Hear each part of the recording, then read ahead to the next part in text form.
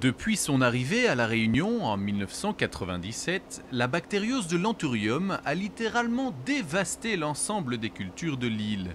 S'il n'existe aucun traitement curatif de cette maladie, des solutions préventives peuvent être appliquées. Le CIRAD a mis au point un outil moléculaire capable de diagnostiquer la présence de la bactérie dans des plants d'Anthurium, même asymptomatiques.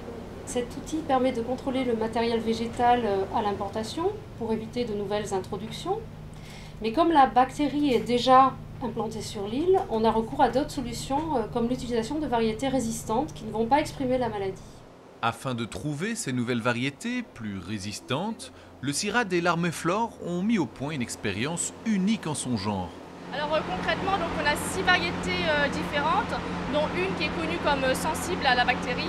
On asperge donc de ces différents plants d'Anthurium par la bactérie. Ensuite, on va voir au cours du temps en fait, comment réagissent ces plantes, si elles résistent, si elles tolèrent ou pas la bactérie ou non.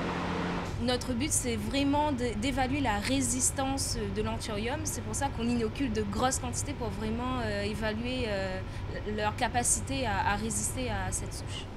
Un des points forts de cette expérience, la sécurité.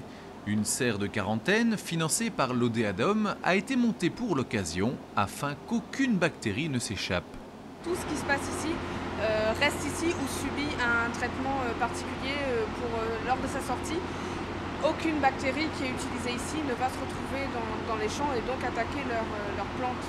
Donc la bactérie elle est vraiment confinée dans cet univers, elle est confinée ici dans la serre. Les variétés les plus résistantes seront à terme proposées aux agriculteurs.